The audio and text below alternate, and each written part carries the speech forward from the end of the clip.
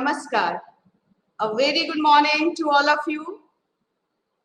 विद्यार्थियों, मेरा आज का व्याख्यान इकाई 3 पर केंद्रित है, जिसका शीर्षक है समाजशास्त्र का मनोविज्ञान से संबंध।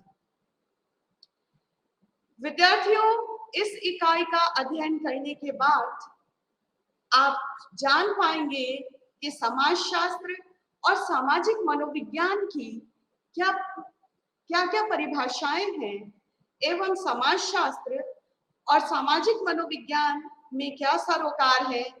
साथ ही आप यह जान पाएंगे कि समाजशास्त्र और सामाजिक मनोविज्ञान में क्या संबंध है।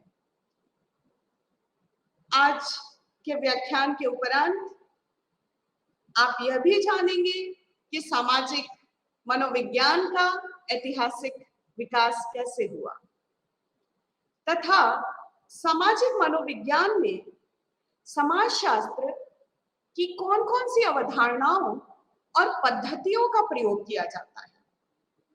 तो विद्यार्थियों, ये सारी विषयों पर व्याख्यान प्रारंभ करने के पहले मैं इसका कुछ पृष्ठभूमि आपसे साझा करना चाहूंगी। जैसा कि हम सभी जानते हैं कि सभी जीवधारियों में केवल मनुष्य ही सोचने और आसपास के वातावरण का सार्थक इस्तेमाल करने की क्षमता रखता है। हम सभी जानते हैं कि मनुष्य एक सामाजिक प्राणी है और वह समूह बनाकर रहना पसंद करता है। ज्यों-ज्यों मानव समाज का विकास होता गया है, विद्वानों का यह प्रयास रहा है कि वे अपने विभिन्न देश कालों में मनुष्यों की सामाजिक सांस्कृतिक गतिविधियों को समझे और उन्हें लिपिबद्ध करें। मनुष्यों की प्रकृति तथा उनके संबंधों के प्रति समाज की खोज के फलस्वरूप ही समाज विज्ञानों के कोख से समाजशास्त्र, मनोविज्ञान और इतिहास जैसे महत्वपूर्ण विषयों का जन्म हुआ। और इन सभी विषयों में समाजशास्त्र एक ऐसा विषय है जो मानव समाज तथा उसमें रहने वाले मनुष्यों के अंतर संबंधों का अध्ययन करता है। साथ ही हम यह भी कह सकते हैं कि समाजशास्त्र की तरह ही मनोविज्ञान के अध्ययन का केंद्रीय विषय भी मनुष्य ही है। अब प्रश्न यह उठता है कि क्या समाजशास्त्र और मनोविज्ञान का आपस में कोई संबंध है?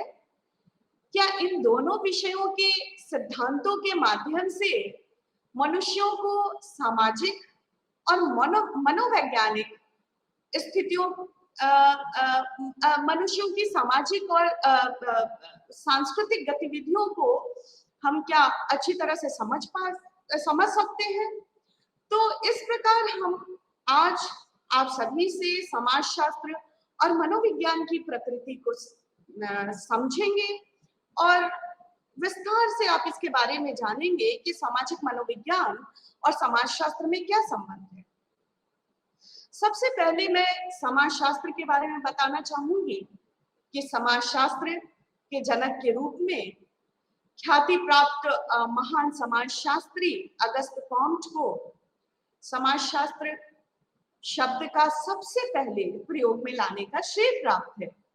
समाजशास्त्र समाज तथा मानवीय संबंधों के अध्ययन पर जोर देता है और ऐसा माना जाता है कि जब मनुष्य एक दूसरे के साथ रहने लगते हैं और परस्पर संबंधों के द्वारा एक दूसरे के निकट आते हैं तो उनके बीच अंतर संबंध बनने लगते हैं और इससे सामाजिक समूहों और समुदायों का जन्म होता है।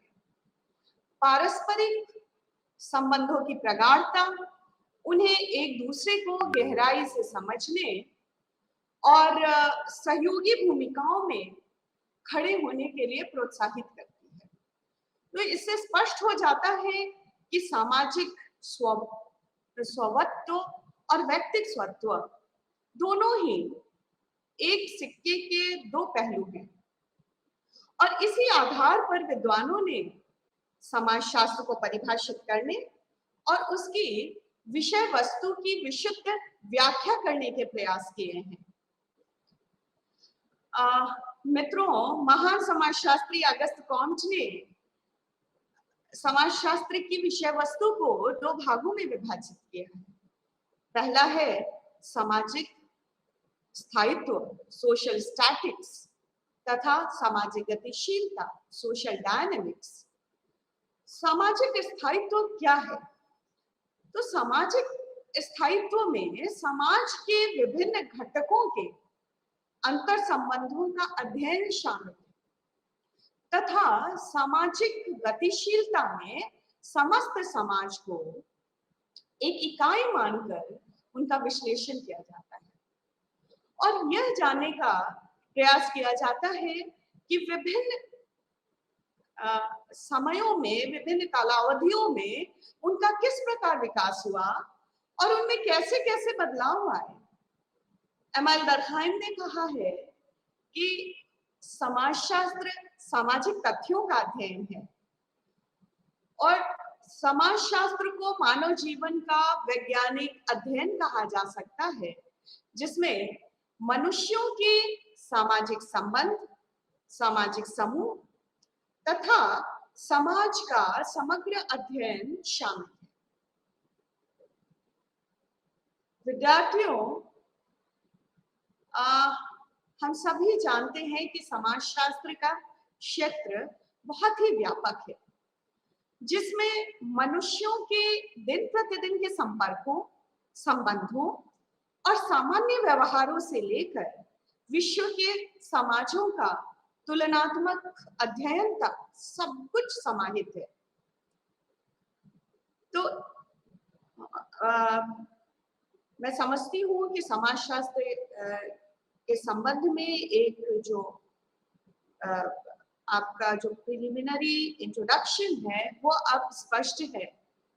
अब मैं मनोविज्ञान के बारे में बताऊंगी। मनोविज्ञान यानी साइकोलॉजी। मनोविज्ञान शब्द का उद्भव ग्रीक भाषा के दो शब्दों साइकी और लोगस से हुआ है।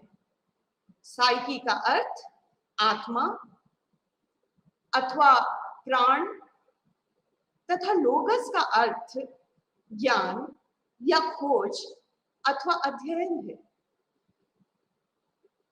विद्यार्थियों, मनोविज्ञान का विकास एक स्वतंत्र विषय के रूप में 1879 में हुआ, जब विल्हेम वुंड ने जर्मनी के लिप्जिग विश्वविद्यालय में मनोविज्ञान की प्रयोगशाला स्थापित की। आरंभ में मनोविज्ञान को चेतना के विज्ञान के रूप में परिभाषित किया गया और सरल शब्दों में कहें तो मनोविज्ञान को मानव व्यवहारों तथा अनुभवों के सिलसिलेवार अध्ययन के रूप में, एक व्यवस्थित अध्ययन के रूप में परिभाषित किया जा सकता है।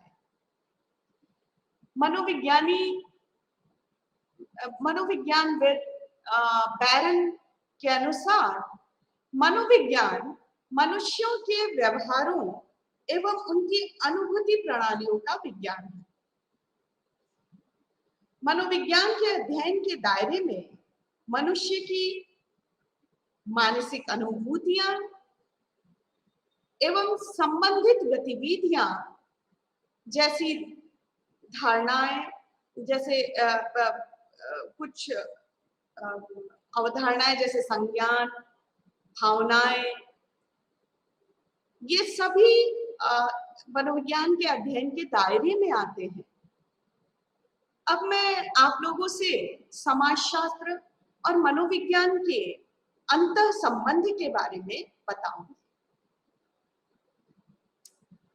समाजशास्त्र और मनोविज्ञान दोनों विषयों का सामाजिक विज्ञान में सबसे महत्वपूर्ण स्थान है। स्वतंत्र और पृथक विषय होते हुए भी दोनों के अध्ययन के केंद्र में मानव जीवन के विविध पक्ष ही हैं। मनुष्यों के अतिरिक्त जीवधारियों की अन्य प्रजातियां अपने अस्तित्व को बनाए रखने तथा जीवन जीने के लिए भौतिक परिस्थितियों के प्रति अनुकूलन की प्रवृत्तियों तक ही सीमित रहती है, जबकि मनुष्य व्यवहार पद्धतियां हमेशा सीखते रहते हैं कि किस तरह से व्यवहार करना है। अलग अलग तरीके के व्यवहार पद्धतियों को मनुष्य हमेशा सीखते रहता है, जबकि जानवरों की प्रवृत्तियां आनुवंशिक प्रतिबद्धताओं से प्राप्त होने वाले निर्देशों से संचालित होती है और वे उन्हीं के अनुरूप व्यवहार करते हैं। पशु पक्षी अपने जीवन काल में जिन जिन कार्यों को संपन्न करते हैं, उनके लिए सारे निर्देश भी वे आनुवंशिकता से ही प्राप्त करते हैं। अब मैं कुछ एक उदाहरण देना चाहूंगी जिसका वर्णन हेरेलॉम्बस और हॉलबर्न ने किया है। वो यह है कि पक्षियों में अपने लिए और अपने बच्चों के लिए घोंसला बनाने की प्रवृत्ति होती है, ऐसा हम सभी जानते हैं। और अलग अलग प्रजातियों के पक्षी अलग अलग तरह के घोंसले बनाते हैं। इसके ठीक विपरीत मनुष्यों के मस्तिष्क सामाजिक संस्कृतियों, रीति रिवाजों, परंपराओं, मान्यताओं तथा मूल्यों से प्रभाव ग्रहण करते हैं। तो इस प्रकार हम कह सकते हैं कि मनुष्य सभ्यता की प्रक्रिया द्वारा ऐसी व्यवहार पद्धतियों को सीखते हैं और सीखते रहते हैं जो उनके आसपास के वातावरण के साथ सामंजस्य स्थापित करने में सहयोगी होते हैं। और मनुष्य को सामाजिक संदर्भों में ऐसी जानकारियां प्राप्त भी होती रहती हैं जो जीवन की परिस्थितियों के साथ उनका तालमेल बैठाने के लिए जरूरी होती है। तो यह स्पष्ट है कि समाजशास्त्र की विश्लेषण की जो आधारभूत इकाई है सामाजिक प्रणाली, इसके उदाहरण परिवार, सामाजिक समूह, समुदाय, संस्कृति आदि ही होती है।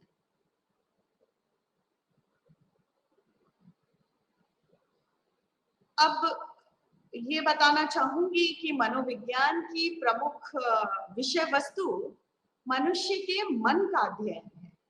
मनुष्य की सोच, उनके व्यवहार, उनकी भावनाएं, उनकी धारणाएं तथा जीवन मूल्य एक खास सामाजिक परिवेश में उनके व्यक्तित्व का निर्माण करते हैं। जबकि समाजशास्त्र सामाजिक परिवेश, सामाजिक संस्थान, सोशल इंस्टीट्यूशंस जैसे परिवार, समुदाय आदि का अध्ययन करता है। मनोविज्ञान के इस प्रकार हम कह सकते हैं कि मनोविज्ञान के अध्ययन केंद्र में व्यक्ति रहता है। सामूहिक योग्यता का आकलन करते समय समाज विज्ञानी तथा मनोवैज्ञानिक समूह की सामान्य रुचियों और उनके अंदर मौजूद सहयोग की भावनाओं, सहअस्तित्व की प्रवृत्तियों और सूचनाओं के प्रवाह निर्माण की क्षमताओं तथा स्तरीकरण की प्रवृत्तियों का पता लगाते हैं। और रुचियों की समानता के आधार पे चूंकि स्पष्ट है कि दोनों समाजशास्त्री और समाज मनोविज्ञानी दोनों की रुचियों की समानता है, और रुचियों की समानता के आधार पे दोनों प्रकार के विद्वान विभिन्न सिद्धांतों के सहयोग से समूह की योग्यताओं और क्षमताओं का आकलन करने में सफलता प्राप्त करते हैं। अब मैं आप सभी से समाज मनोविज्ञान के ऐतिहासिक विकास पर चर्चा करूंगी और किस तरह से सामाजिक मनोविज्ञान का विकास हुआ है, इसका प्रादुर्भाव हुआ है, ये आप सभी से साझा करूंगी। तो विद्यार्थियों, सबसे पहले मैं ये बताना चाहती हूँ आप सभी को कि 19वीं शताब्दी में प्राकृतिक विज्ञानों के अस्तित्व में आने के साथ ही वैज्ञानिक सिद्धांतों के आधार पर मानव व्यवहार का अध्ययन करने की जिज्ञासा का प्रारंभ हो गया था। कॉम्ट का विचार था, प्राकृतिक विज्ञानों की वैज्ञानिक विधियों के प्रयोग से समाज का अध्ययन किया जा सकता है। कॉम्ट ने यह भी कहा है कि मैं उनके एक वाक्यांश को आपसे साझा करना चाहूंगी कि जिन चीजों से हम परिचित हैं, उनसे संबंधित परिदृश्य की व्याख्या हम उन चीजों को ध्यानपूर्वक देखने से प्राप्त अनुभवों के आधार पर आसानी से कर सकते हैं। और इस प्रकार हम अनेक घटनाओं के बीच तर्क संगत संबंधों को गहराई से समझ लेने के बाद आगे घटित होने वाली घटनाओं का अनुमान भी लगा सकते हैं। तो कॉम्ट ये भी कहते हैं कि यदि सामाजिक विज्ञानी किसी समाज में प्रचलित नियमों और कानूनों को अच्छी तरह से समझ ले तो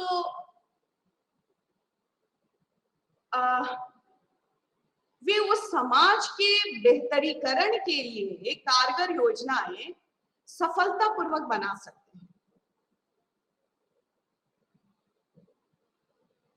और किसी भी समाज के बारे में जानकारी एकत्र करने तथा व्यक्तियों की समाज में हैसियत पता लगाने के प्रयासों द्वारा हम एविडेंसेस और ऑब्जर्वेशन की सहायता से, प्रमाणों और अनुवीक्षण की सहायता से वहां के लोगों की मानसिकता का भी पता लगा सकते हैं। अब ये तो आरंभिक दौर था और आरंभिक दौर के बाद के मनोविज्ञानियों के विचारों ने समाजशास्त्रीय सामाजिक मनोविज्ञान का ढांचा तैयार करने में विशेष रूप से मदद की है। मीड ने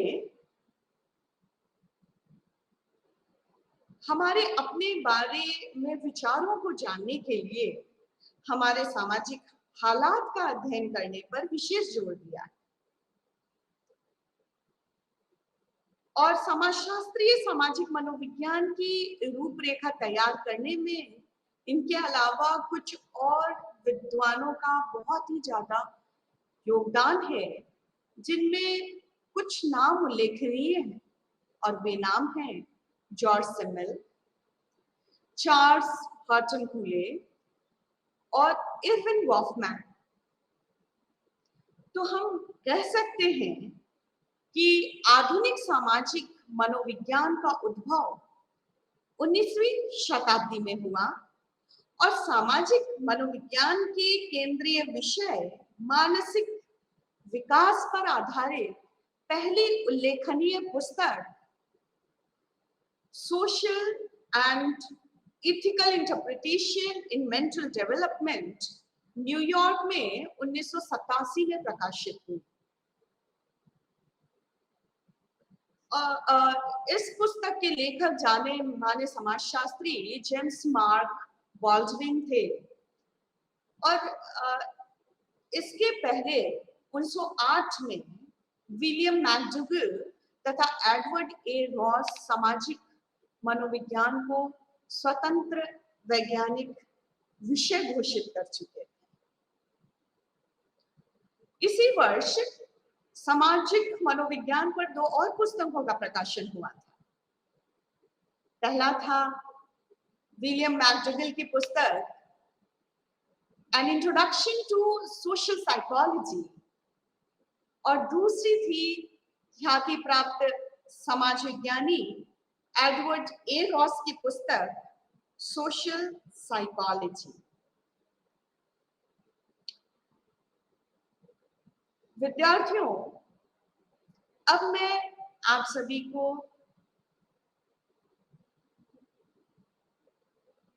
सामाजिक विज्ञान, सामाजिक मनोविज्ञान की परिभाषा बताऊंगी।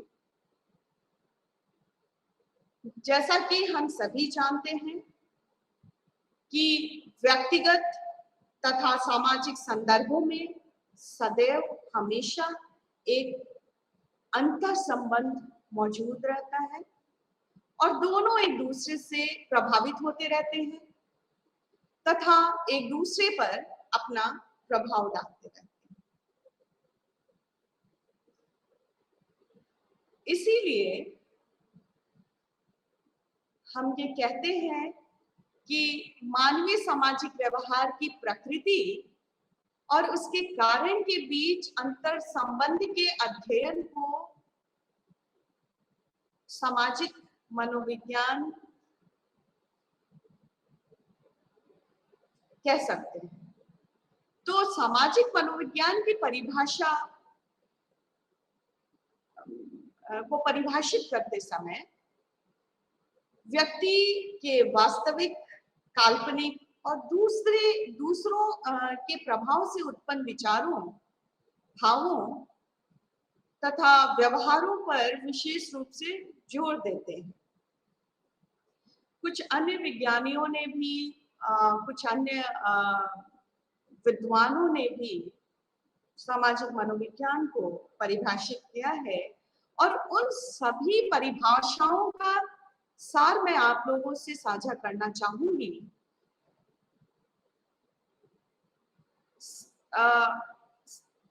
सभी विद्वान ये कहते हैं कि सामाजिक मनोविज्ञान एक ऐसा मनोविज्ञान है जो व्यक्ति के मन पर पड़े सामाजिक प्रभावों का गहराई तक जाकर उद्घाटन करता है।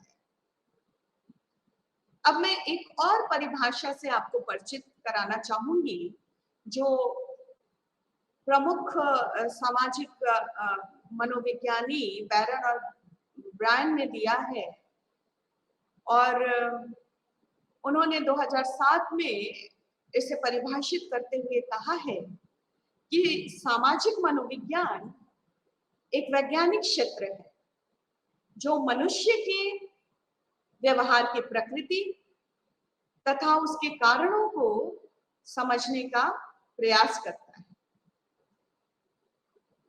या संक्षेप में हम यह भी कह सकते हैं कि सामाजिक मनोविज्ञान सामाजिक संदर्भ में मनुष्यों के विचारों, भावनाओं और व्यवहारों का व्यवस्थित या सिलसिलेवार अध्ययन है। तो विद्यार्थियों, सामाजिक मनोविज्ञान की परिभाषा जानने के बाद अब हमें समाजशास्त्र और मनोविज्ञान का जो अंतर संबंध है उस पे आना है, उसको समझना है कि समाजशास्त्र और मनोविज्ञान का समाजशास्त्र और सामाजिक मनोविज्ञान में कौन अंतर विषयक संबंध किस प्रकार के हैं, इस बारे में हम चर्चा करेंगे। तो सुप्रसिद्ध मनोविज्ञानी एलकॉट के अनुसार सामाजिक मनोविज्ञान की जड़ें समाजशास्त्र और मनोविज्ञान दोनों विषयों में बहुत ही गहराई तक फैली हुई है। मनोवैज्ञानिक विचारक हुक, फाइनहाउस और डेलमेटोर का विचार है कि समाजशास्त्र तथा मनोविज्ञान दोनों के विश्लेषण एवं संश्लेषण का एक बहुत बड़ा भाग सामाजिक मनोविज्ञान के अंतर्गत आता है और यही कारण है, यही सबसे महत्वपूर्ण कारण है कि समाजशास्त्र और मनोविज्ञान सामाजिक मनोविज्ञान से सीधे जुड़े हुए हैं। सामाजिक मनोविज्ञान का मुख्य विषय सामाजिक संदर्भ में व्यक्ति का अध्ययन करना है, या ये कहें कि मन, चेतना और समाज तीनों सामाजिक मनोविज्ञान के अंतर्गत आते हैं। और अनेक समाजशास्त्रियों एवं मनोविज्ञान विज्ञानी या यूं कहें कि अनेक समाजशास्त्रीय तथा मनोविज्ञान विषयक धारणाओं का प्रयोग मनोविज्ञान में मनुष्यों तथा समाज के पारस्परिक प्रभावों को समझने के लिए किया जाता है। समाजशास्त्र तथा मनोविज्ञान पर उद्देश्य, पहुंच और अध्ययन विषय के आधार पर सामाजिक मनोविज्ञान की निर्भरता को ध्यान में रखते हुए उसे दो वर्गों में विभाजित किया जा सकता है। पहला जो वर्ग है वो है समाजशास्त्रीय सामाजिक मनोविज्ञान, और दूसरा मनोविज्ञान परक सामाजिक मनोविज्ञान।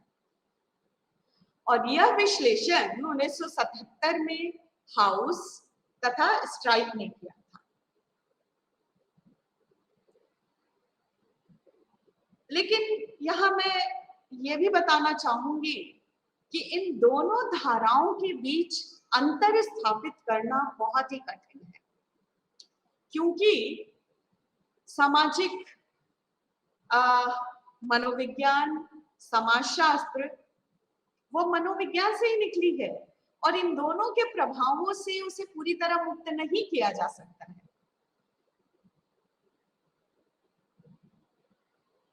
चिंतन आधारित सामाजिक मनोविज्ञान अथवा सामाजिक चिंतन यह पता लगाता है कि कोई विचार किस तरह पनपता है और कैसे दिमाग में घर बना देता है। थॉइट्स ने कहा है, थॉइट्स ने 1995 में कहा है कि सूचना अपने मूल रूप में अथवा मानसिक निरूपण के रूप में एकत्रित होती है तथा संकेतों से, स्मृतियों से किसी निश्चय पर पहुंचने की कोशिश से और अपने तथा दूसरों के बारे में सोचते जाने तथा अनुमान लगाने से अधिक प्रभावशाली बन जाती है। यहाँ पर चिंतन सामाजिक संदर्भ है और यह सामाजिक अनुभवों से उत्पन्न होता है तथा पारस्परिक व्यवहारों के रूप में प्रकट होता है।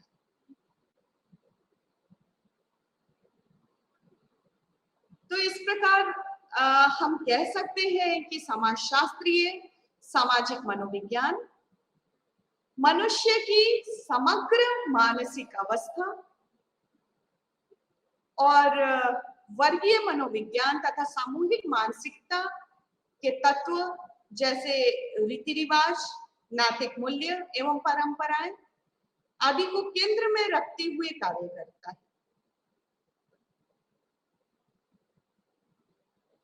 दूसरे शब्दों में यह भी कहा जा सकता है कि यह थोड़े से लोगों की सामूहिक मानसिक गतिशीलता को केंद्र बनाकर कार्य करती है।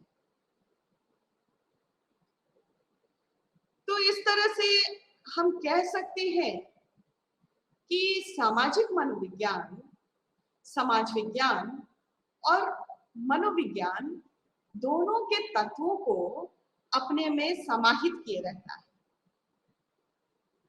अब मैं सामाजिक मनोविज्ञान के विषय क्षेत्र पर प्रकाश डालना चाहूंगी। विद्यार्थियों, सामाजिक मनोविज्ञान सामाजिक संदर्भ में मानव व्यवहार का अध्ययन करता है। सामाजिक मनोविज्ञान व्यक्ति के मन तथा उसमें पैदा होने वाले विचारों का अध्ययन करता है। व्यक्ति चाहे समूह का हिस्सा हो या अलग थलग जीवन जी रहा हो, वस्तुतः मानसिक स्थिति के प्रभाव से पैदा हुए मानव व्यवहार के बारे में गहरी जानकारी प्राप्त करना ही सामाजिक मनोविज्ञान का प्रमुख काम है। और मनुष्य चाहे छोटे समूहों में रहने वाले हों या फिर बड़े समूहों में रहते हों, उनके आपसी संबंधों और उनसे उपजे व्यवहारों का अध्ययन सामाजिक मनोविज्ञान के अंतर्गत आता है। इस संदर्भ में डेलमेटर ने कहा है, डेलमेटर ने अपनी बातों को रखा है कि आखिर सामाजिक मनोविज्ञान के अध्ययन में किन किन विषयों का अध्ययन किया जाता है, या सामाजिक मनोविज्ञान के अध्ययन के मुख्य विषय क्या हैं। तो डेलमेटर ने बताया है कि इसके 4 मुख्य विषय हैं। पहला विषय है एक व्यक्ति का दूसरे व्यक्ति पर प्रभाव, दूसरा मानव समूह का उसके सदस्यों पर प्रभाव, तीसरा व्यक्तियों के उनके समूह पर प्रभाव, और चौथा एक व्यक्ति समूह का दूसरे व्यक्ति समूह पर प्रभाव। तो इन 4 मुख्य विषयों का अध्ययन हम समाज मनोविज्ञान के अंतर्गत करते हैं, ऐसा डेलमेटर ने बताया। तो इस प्रकार स्पष्ट है विद्यार्थियों कि सामाजिक परिवेश तथा व्यक्ति दोनों एक दूसरे पर अपना प्रभाव डालते हैं। अतः यह कहा जा सकता है कि सामाजिक मनोविज्ञान सामाजिक और मनोवैज्ञानिक क्षेत्रों की समग्रता के साथ व्याख्या करने का प्रयास करता है। यानी ये सोशल और साइकोलॉजिकल दोनों एरियाज को कवर करता है, क्योंकि किसी देश अथवा समाज की संस्कृति ही यह तय करती है कि उस देश या समाज के लोग अपने विचारों तथा अपनी भावनाओं की अभिव्यक्ति किस प्रकार करते हैं। इसलिए एक समाज में रहने वाले लगभग सभी लोगों का सोचने का तरीका कुछ कुछ एक जैसा ही होता है। समाजशास्त्रीय सामाजिक मनोविज्ञान के अनुसंधान और अध्ययन के केंद्रीय विषय हैं जीवन की समग्र व्याख्या, समाजीकरण, सामाजिक संपर्क सूत्र, सामूहिक गतिशीलता, रूढ़िवाद, सामाजिक पतन तथा सामाजिक स्तरण। विद्यार्थियों, हम सभी जानते हैं कि जीवन में मनुष्यों को अनेक अवस्थाओं से गुजरना पड़ता है, जैसे बचपन, किशोरावस्था, युवावस्था, अधेड़ अवस्था, वृद्धावस्था इत्यादि। और हर अवस्था में उस पर सामाजिक मान्यताओं, मूल्यों, धार्मिक विश्वासों तथा रीति रिवाजों आदि सांस्कृतिक पृष्ठभूमियों का प्रभाव पड़ता है। इसके अतिरिक्त हम देखते हैं कि विभिन्न समाजों में बच्चों के पालन पोषण के तरीके अलग अलग होते हैं, यानी उनका समाजीकरण अलग अलग तरीके से किया जाता है और इनका प्रभाव उनके व्यक्तित्व पर पड़ता है। तो इस प्रकार यह स्पष्ट होता है कि पारिवारिक स्थितियां तथा पारिवारिक ढांचा मनुष्य के व्यक्तित्व के विकास की प्रक्रिया पर सबसे अधिक प्रभाव डालते हैं। मित्रों, आज हम ऐसे समाज में जी रहे हैं जिसमें सामाजिक विविधता व्यापक रूप से मौजूद है। इसीलिए सामाजिक मनोविज्ञानी बहुसंस्कृतिवादी प्रवृत्तियों से प्रभावित रहते हैं। उनके अध्ययन के क्षेत्र में समाज का वर्गीय विभाजन, लैंगिकता, नैतिक धरातल, आयु और लैंगिक रुझान और विकलांगता अथवा अक्षमता, इसके अतिरिक्त धार्मिक मान्यताएं तथा अनेक सामाजिक सांस्कृतिक आयाम शामिल रहते हैं। अब मैं आप लोगों को बताना चाहूंगी कि सामाजिक मनोविज्ञान के अध्ययन में समाजशास्त्रीय उपकरण कितने महत्वपूर्ण हैं? तो विद्यार्थियों, सामाजिक मनोविज्ञान के अध्ययन के लिए कुछ अधिक उपकरणों की जरूरत नहीं होती है। समाजशास्त्री केवल दो चीजों की मदद से, दो उपकरणों की मदद से अपने अनुसंधान तथा सिद्धांतों का विवरण प्रस्तुत करते हैं, और ये दो चीजें हैं संकल्पना और अभिव्यक्ति, यानी थॉट एंड एक्सप्रेशन। अब प्रश्न ये उठता है कि संकल्पना क्या है, और संकल्पना भी विशेषतः पर्टिकुलरली समाजशास्त्रीय संकल्पना, ये क्या है? तो इस संदर्भ में मैं आपको बताना चाहती हूँ कि समाजशास्त्रीय संकल्पना का निर्माण कैसे होता है, इसके बारे इसकी पृष्ठभूमि आपके साथ में साझा करना चाहूंगी। विद्यार्थियों, जैसा कि हम सभी जानते हैं कि हमारा जो दैनिक जीवन है या दिन प्रतिदिन का जीवन है, अनेक चीजों से प्रभावित होता है, और इनमें पारिवारिक मूल्य और मान्यताएं मुख्य हैं, जिनका निर्माण सामाजिक प्रभाव डालते हैं। और हम इन सभी को समझने के लिए हमें समाजशास्त्रीय संकल्पना की आवश्यकता होती है। इस संदर्भ में मैं सी राइट्स मिल, जिन्होंने 1959 में इसको और स्पष्ट करते हुए बताया है, वो कहते हैं, सी राइट मिल्स ये कहते हैं कि इतिहास तथा सामाजिक संरचना के संदर्भ में अपना और दूसरों का अतीत ही समाजशास्त्रीय संकल्पना कहलाता है। और इसके पीछे मिल्स का तर्क है, और वो यह है कि समाजशास्त्री को किसी निष्कर्ष पर पहुंचने के लिए आवश्यक है कि वह उसके जीवन को प्रभावित करने वाले सांस्कृतिक, ढांचागत तथा ऐतिहासिक कारकों को भी भली भांति समझ ले। मनुष्यों तथा उसके समाजों के बारे में जानकारी प्राप्त करने तथा उनके एक दूसरे को प्रभावित करने वाले कारकों का पता लगाने के बाद ही ये समझा जा सकता है कि उस व्यक्ति की सोच, उसका व्यवहार और उसका सांस्कृतिक स्तर कैसा होगा। तो इस प्रकार हम कह सकते हैं कि समाजशास्त्रीय संकल्पना सामाजिक मनोविज्ञानी को एक ऐसी सक्षम अंतर्दृष्टि प्रदान करती है जो उन सभी सामाजिक कारकों तथा सामाजिक दशाओं के बारे में विचार कर सके जो उसके विचारों, भावनाओं और व्यवहार को प्रभावित करते रहते हैं। अब मैं विस्तार से इन सभी सामाजिक कारकों पर प्रकाश डालूंगी। सबसे पहले मैं सामाजिक मान्यताओं और सामाजिक मूल्य के बारे में बात करूंगी।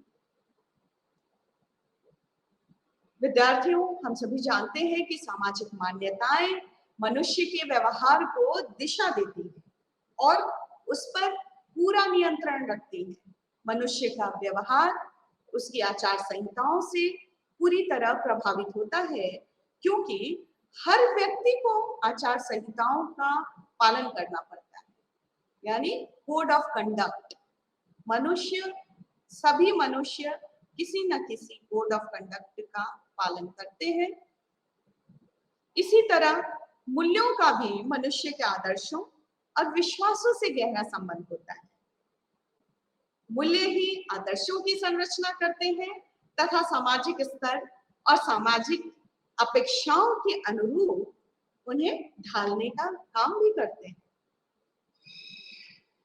इसी तरह संस्कृति भी बहुत महत्वपूर्ण है सामाजिक संकल्पना के निर्माण में, क्योंकि किसी भी समाज के अनुरूप व्यवहार पद्धतियों एवं विश्वासों को व्यक्ति में ढालने की जो भूमिका होती है उस समाज की संस्कृति ही निभाती है।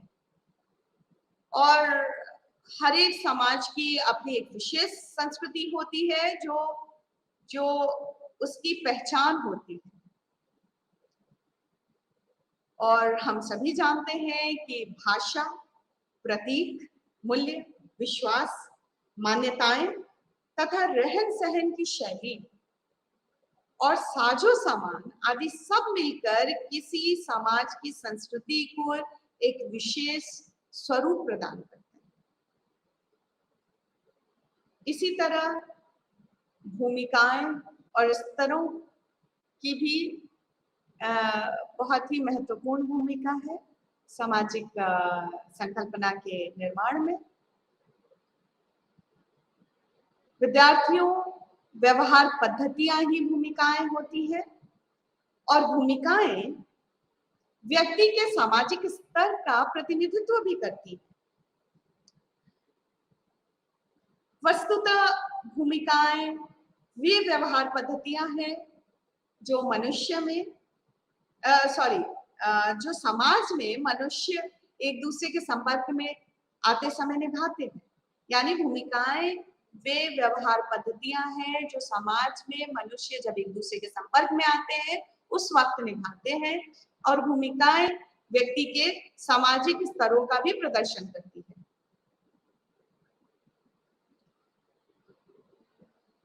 जैसे अभी आप विद्यार्थी की भूमिका में हैं, जबकि आप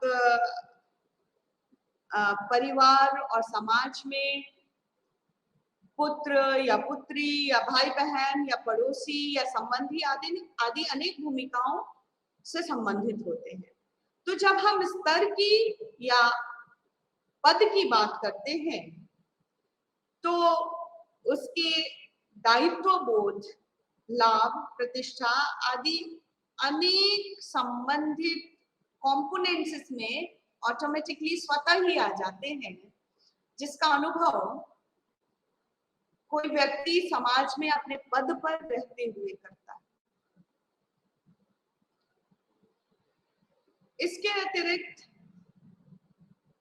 सामाजिक संकल्पना के निर्माण में सामाजिकरण भी बहुत महत्वपूर्ण भूमिका निभाती है। और वो कैसे? सामाजिकरण एक प्रक्रिया है जो जन्म लेते ही व्यक्तियों के जीवन में प्रारंभ हो जाती है।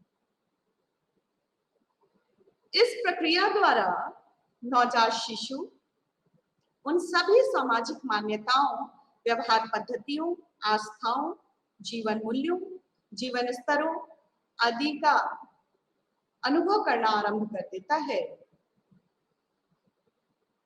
जो समाज विशेष में उसके रहने के लिए आवश्यक होती है। और विद्यार्थियों, ये जो सामाजिकरण की प्रक्रिया होती है, इट्स एन ऑनगोइंग प्रोसेस। यह प्रक्रिया जीवन पर्यंत चलती रहती है, जीवन भर चलती रहती है। इसके अतिरिक्त समाजीकरण इसलिए भी महत्वपूर्ण है कि समाजीकरण व्यक्तियों को सामाजिक हित के अनेक कार्यों को संपन्न करने की योग्यता और क्षमता प्रदान करता है।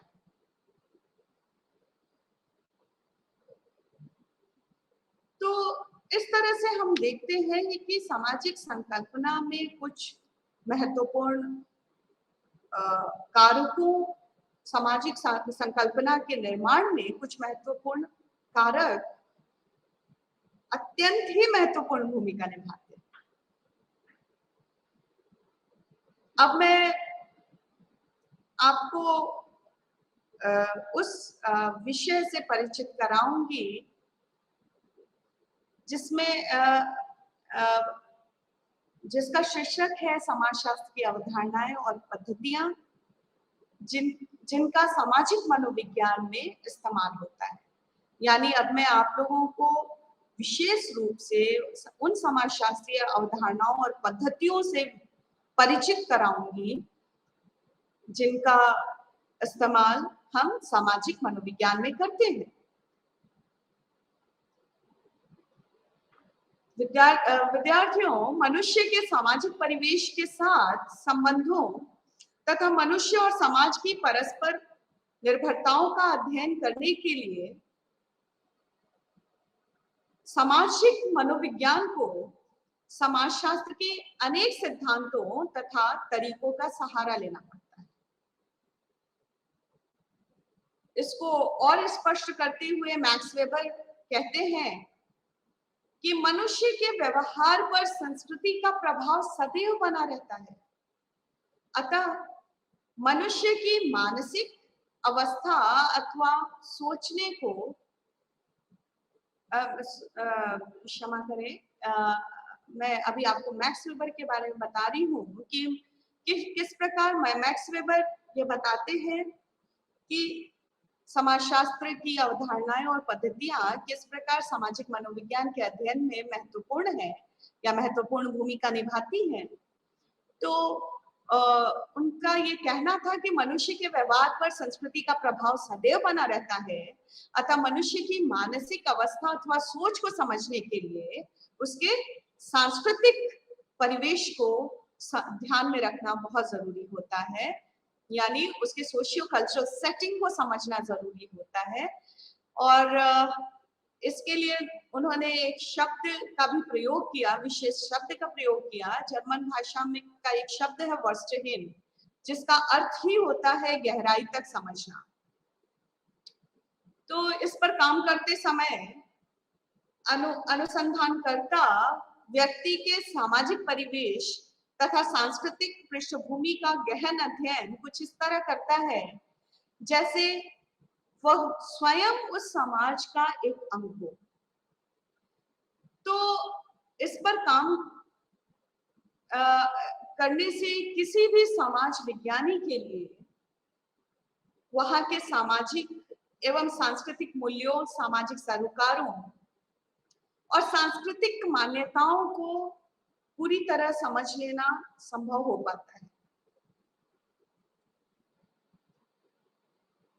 समाजशास्त्र में अनुसंधान करते समय हम गुणात्मक अनुसंधान प्रविधि पर जोर देते हैं अथवा मात्रात्मक अनुसंधान प्रविधि, यानी क्वांटिटेटिव और क्वालिटेटिव रिसर्च मेथोडोलॉजी। लेकिन इन दोनों मेथोडोलॉजीज में, इन दोनों प्रविधियों में, दोनों स्थितियों में अंतर है। मात्रात्मक अनुसंधान प्रविधि जो है, इसके अंतर्गत सामाजिक मनोविज्ञानी बड़े स्तर पर सर्वेक्षण करते हैं और बड़ी संख्या में लोगों से पूछताछ करते हैं। फिर उन आंकड़ों के विश्लेषण के आधार पर यह जानने का प्रयास करते हैं कि उस समाज में रहने वाले लोगों की व्यवहार पद्धतियां किस प्रकार की हो सकती हैं। जबकि गुणात्मक अनुसंधान प्रविधि यानी क्वालिटेटिव रिसर्च मेथड, इसके अंतर्गत लोगों के बीच रहते हुए ही उनके विचारों को जाना जाता है।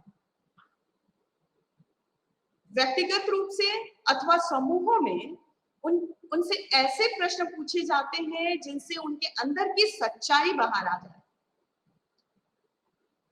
तो इसके लिए सामूहिक वार्ताएं आयोजित की जाती है तथा जिन स्रोतों से जानकारी प्राप्त होती है रिसर्चर्स को, उनका बहुत ही बारीकी से, बहुत ही माइन्यूट एनालिसिस, बहुत ही बारीकी से उसका विश्लेषण किया जाता है। तो सामाजिक मनोविज्ञान के सिद्धांतों के आधार पर उनकी सांस्कृतिक पृष्ठभूमियों को समझा जाता है और साथ ही यह जानने का भी प्रयास किया जाता है कि उनके विचार जगत तथा भाव जगत के मूल में क्या है, उसका मूल स्रोत क्या है और उनके व्यक्तित्वों का विकास किन किन परिस्थितियों में हुआ है। अब मैं आप सभी को मध्यम श्रेणी के सिद्धांत के बारे में बताऊंगी।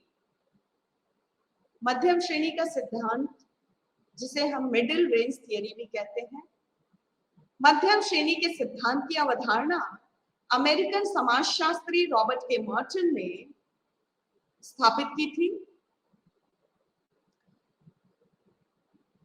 मध्यम श्रेणी का सिद्धांत सामाजिक प्राणियों के सामान्य सिद्धांतों के बीच स्थित है और सामाजिक प्रणालियों के सामान्य सिद्धांत विशेष वर्गों के सामाजिक व्यवहार, सामाजिक संगठनों तथा रहन सहन के स्तरों तथा अन्य अनेक विशेषताओं तक अपनी पूरी पहुंच नहीं बना पाते हैं। मध्यम श्रेणी के सिद्धांत सामाजिक परिदृश्य के सीमित पहलुओं का ही प्रतिनिधित्व करते हैं। इस संदर्भ में रॉबर्ट के मर्टन का कहना है कि समाज की क्रियात्मक एकता की अवधारणा जटिल एवं अत्यधिक विषम समाजों पर ठीक से लागू नहीं हो पाती, जबकि इस अवधारणा के अनुसार सामाजिक प्रणाली का हर अवयव, ईच एंड एवरी कंपोनेंट, पूरी सामाजिक व्यवस्था के लिए काम करता है। समाज के सभी अंग सामाजिक व्यवस्था एवं सामाजिक अखंडता के लिए साथ मिलकर कार्य करते हैं और अपने तर्क की पुष्टि के लिए वह धार्मिक विश्वासों की विविधता का उदाहरण भी प्रस्तुत करते हैं। अनेक ऐसे समाज हैं जहां अनेक धर्मों के अनुयायी निवास करते हैं और धर्म सामाजिक एकता की भूमिका अदा करने के स्थान पर सामाजिक विभाजन की भूमिका अदा करता है। इसीलिए प्रसिद्ध विद्वान मर्टन किसी समाज की कुछ सामाजिक प्रविधियों तथा कुछ सामाजिक व्यवहारों की व्याख्या करने के लिए मध्यम श्रेणी के सिद्धांतों का सहारा लेते हैं।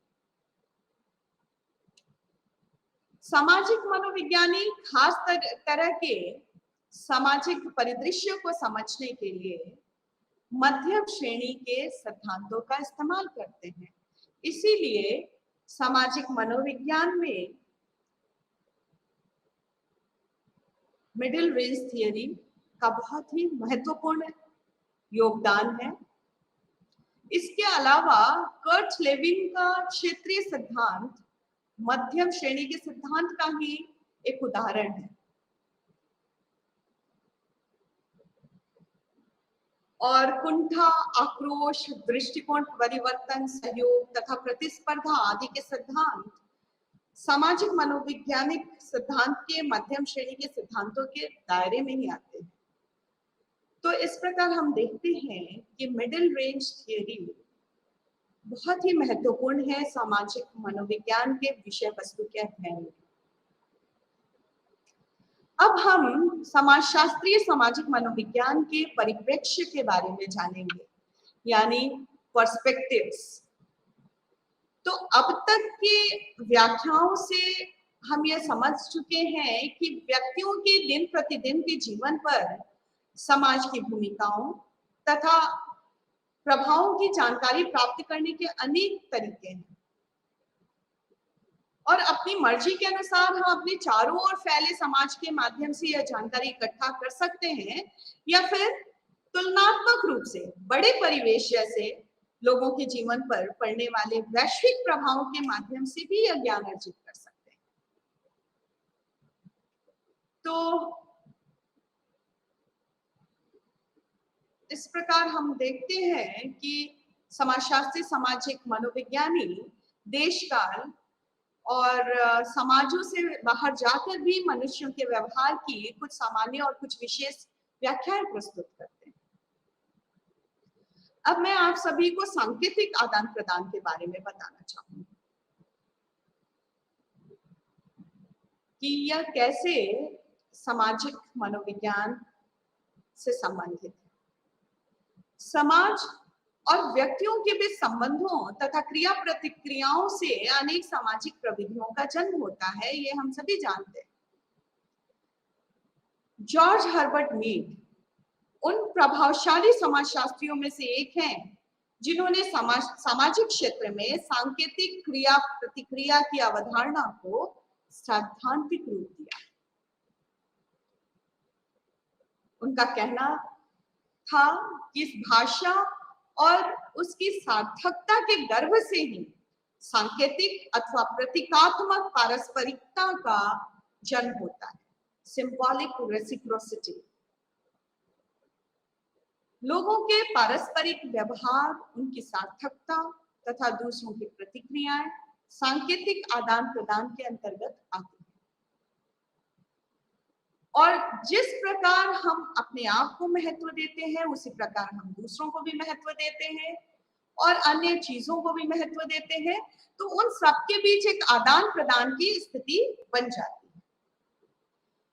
और भाषा और प्रतीक दोनों का प्रयोग हम संसार में हर चीज को सार्थकता प्रदान करने के लिए करते हैं। इस संदर्भ में इरविन गॉफमैन ने भी बताया है। इरविन गॉफमैन का कहना है कि जब कोई व्यक्ति दूसरों के सामने पहुंचता है तो दूसरे उसके बारे में अधिक से अधिक जानना चाहते हैं और जो कुछ जानते हैं उसके आधार पर उसके साथ व्यवहार करते हैं। इस प्रकार जब दो या दो से अधिक व्यक्ति आपस में मिलते हैं तो एक दूसरे के कार्यों पर उनके प्रभाव पड़ते हैं और इस क्रिया को सांकेतिक आदान प्रदान अथवा प्रतीकात्मक पारस्परिकता कहा जाता है। और प्रतीकात्मक पारस्परिकता के कारण ही समाज संपर्कों अथवा पारस्परिक क्रिया प्रक्रियाओं का घर बन जाता है, जहां लोग अपने विचारों का आदान प्रदान करते हैं और अपने दैनिक जीवन के क्रियाकलापों को अंजाम देते हैं।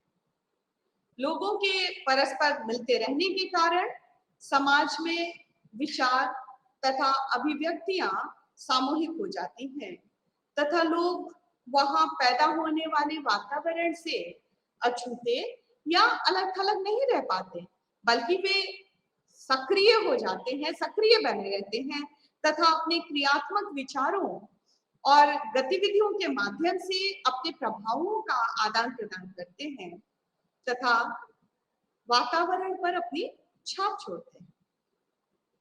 तो इस प्रकार स्पष्ट है कि सामाजिक मनोविज्ञान प्रतीकात्मक पारस्परिकता पर निर्भर करता है, जो व्यवहार को प्रभावित करने वाले सामाजिक वातावरण, सामान्य अपेक्षाओं अथवा मान्यताओं के ढांचागत संबंधों तथा संगठनात्मक विशेषताओं पर विशेष रूप से जोर देते हैं। अब मैं सामाजिक ढांचा और व्यक्तित्व के बीच संबंध को बताऊंगी कि किस प्रकार सामाजिक ढांचा व्यक्तित्व को प्रभावित करता है। सामाजिक ढांचा और व्यक्तित्व की अवधारणा व्यापक स्तर पर घटने वाली सामाजिक घटनाओं तथा उसके व्यक्तियों पर पड़ने वाले प्रभावों से संबंधित है। सामाजिक ढांचे का प्रभाव उसमें रहने वाले व्यक्तियों के जीवन के विभिन्न पहलुओं पर इतनी गहराई से पड़ता है कि व्यक्ति के व्यक्तित्वों पर सामाजिक ढांचे का छाप बहुत ही स्पष्ट रूप से दिखाई देने लगता है। तो सामाजिक ढांचा और व्यक्तित्व की अवधारणाएं इसी आधार पर उत्पन्न हुई हैं, क्योंकि सामाजिक संरचना, समाज के तौर तरीके, सामाजिक मान्यताएं, मिलने जुलने तथा व्यवहार करने की शैलियां समाज में रहने वाले व्यक्तियों पर इस प्रकार से हावी हो जाते हैं कि लोगों से यह उम्मीद की जाती है कि वे उसी तरह से सोचें, उसी तरह से समझें, महसूस करें और व्यवहार करें जिस तरह उस समाज के अन्य लोग करते हैं। उदाहरण के लिए कार्ल मार्क्स यह मानते हैं कि वो आर्थिक ढांचा जिसमें हम रहते हैं हमारे सामाजिक संबंधों को और हमारे सोचने के तरीकों को भी प्रभावित करता है। अब मैं आप सभी को कुछ सामूहिक पद्धतियों के बारे में जानकारी देना चाहूंगी कि समाजशास्त्रीय सामाजिक मनोविज्ञान इस बात पर विशेष जोर देता है कि सामूहिक संदर्भ में सामाजिक पद्धतियां किस प्रकार काम करती हैं। मित्रों, समूह समाज का महत्वपूर्ण घटक होता है, हम सभी जानते हैं।